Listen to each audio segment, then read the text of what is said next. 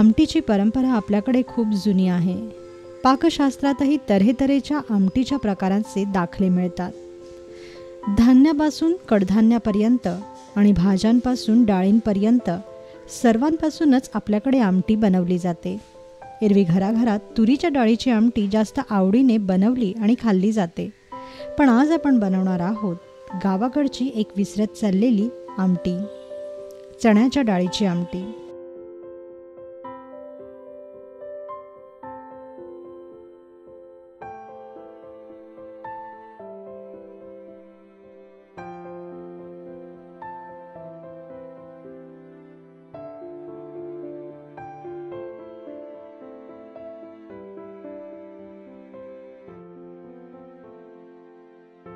चण्याच्या डाळीची आमटी बनवण्यासाठी आपल्याला लागेल 1 वाटी चण्याची डाळ, 2 शेवग्याच्या शेंगा, 8 ते 10 लसणाच्या पाकळ्या, 2 टमाटे,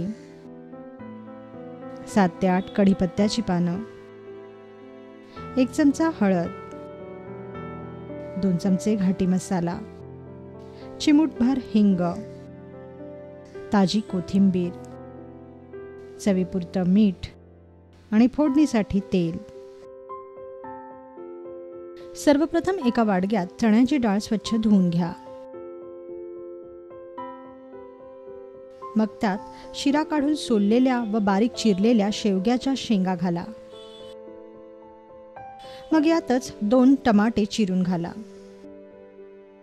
वरून यात चवीपुरतं मीठ, चिमूटभर हळद व कोथिंबीर घाला.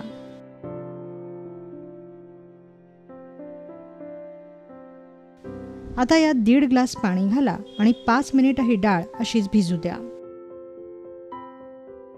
डाळ कुकरमध्ये घाला व यात घाटी मसाला घालून याच्या 3 शिट्ट्या काढून घ्या.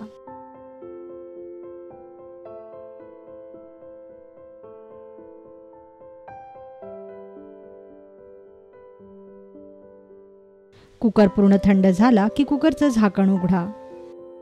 शेवग्याची शेंग लवकर शिजते, पण डाळीला शिजायला वेळ लागतो. त्यामुळे तुम्ही शेंग वेगळीही शिजवू शकता. कुकर उघडल्यानंतर शेंगा वेगळ्या काढून घ्या व घोटणीने डाळ छान घोटून घ्या.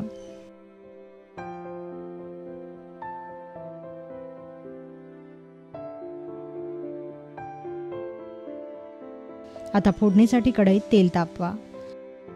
हिंगाची फोडणी करा. हिंग भाजलं की यात कढीपत्त्याची पानं घाला.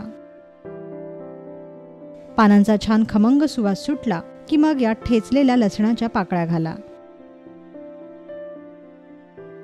लसूण अगदी खरपूस भाजू द्या.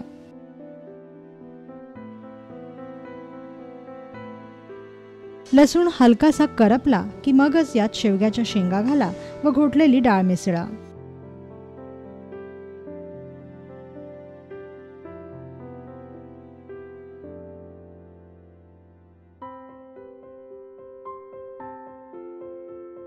आता ही आमटी छान ढवळून घ्या.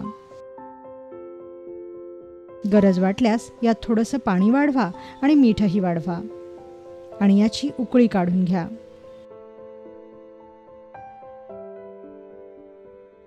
आमटीला छान कड आला की गॅस बंद करा.